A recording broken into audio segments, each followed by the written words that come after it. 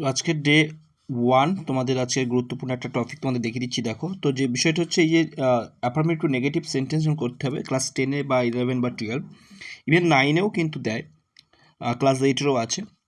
তো মোটামুটি 8 থেকে 12 পর্যন্ত সব ক্লাসের জন্যই। তো এখানে দেখো TW2 আর 2 এটা থাকলে আমরা কি ইউজ করব, T8 এর পরিবর্তে সো ইউজ করব, সো বা ভেরি। তার পরিবর্তে হচ্ছে তারপর 2 এর পরিবর্তে আমরা ইউজ করছি হচ্ছে 2 এর পরিবর্তে লাস্টে যে 2টা রয়েছে তার পরিবর্তে আমরা ইউজ করব এখান থেকে দ্যাট, তারপরে সাবজেক্টের প্রোনাউন, তারপরে ক্যান বা কুড নট, তারপরে V1, তারপরে যা থেকে থাকবে। তো এই হচ্ছে ব্যাপার। এবার কথা হচ্ছে তাহলে কখন সো বা ভেরি ইউজ করবো, সুবিধার্থে এখানে দিয়ে দিচ্ছি। দেখো, তাহলে যখন মোটামুটি তোমার খেয়াল রাখবে, যখন হচ্ছে অনলি নেগেটিভ বলবে সো বা ভেরি যা ইউজ করতে পারো, কমপ্লেক্স সেন্টেন্স বলে ভেরি ইউজ করবে, কম্পাউন্ড বলে সো ইউজ করবে, আর সিম্পল তো ওটা থাকছেই।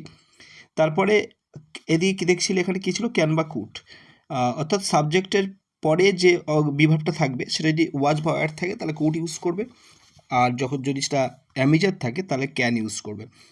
তো নর্মালি দেখতে পাচ্ছ সাবজেক্ট বিভাগ যা আছে 2 এর পরিবর্তে TW2 এর পরিবর্তে সো বা ভেরি, এখানে অ্যাডজেক্টিভ থাকছে 2 এর পরিবর্তে, তারপরে তার দ্যাট সাবজেক্টের প্রোনাউন ক্যান বা কুড নট, তারপরে V1। ওকে, তো এই একটা একটা রুল তোমরা অবশ্যই খেয়াল করবে। একটা রুল তোমাদের কিন্তু ভীষণভাবে হেল্প করবে পরীক্ষায়, এবং এই টাইপের কিন্তু তোমাদের পরীক্ষায় দেয়। এবার কিছু এক্সাম্পল তোমাদের সুবিধার্থে এখানে প্রোভাইড করছি। দেখো, ফার্স্ট অফ অল এখানে হচ্ছে the old man is too weak, এই ইচ আছে, তাহলে আমরা কী লিখতে পারছি, the old man is so weak that he can not walk. তাহলে এখানে ইজ ছিল বলে ক্যান নট দিয়েছি, আর এখানে TW2 বলে সো ইউজ করেছি। তো এরকমভাবে আরও এক্সাম্পল তোমাদের সুবিধাতে দেওয়া আছে, তোমরা অবশ্যই স্ক্রিনশট করে নাও এবং নিজেরা করার চেষ্টা করবে। কোনো রকম প্রবলেম হলে অবশ্যই কমেন্ট করে জানাবে।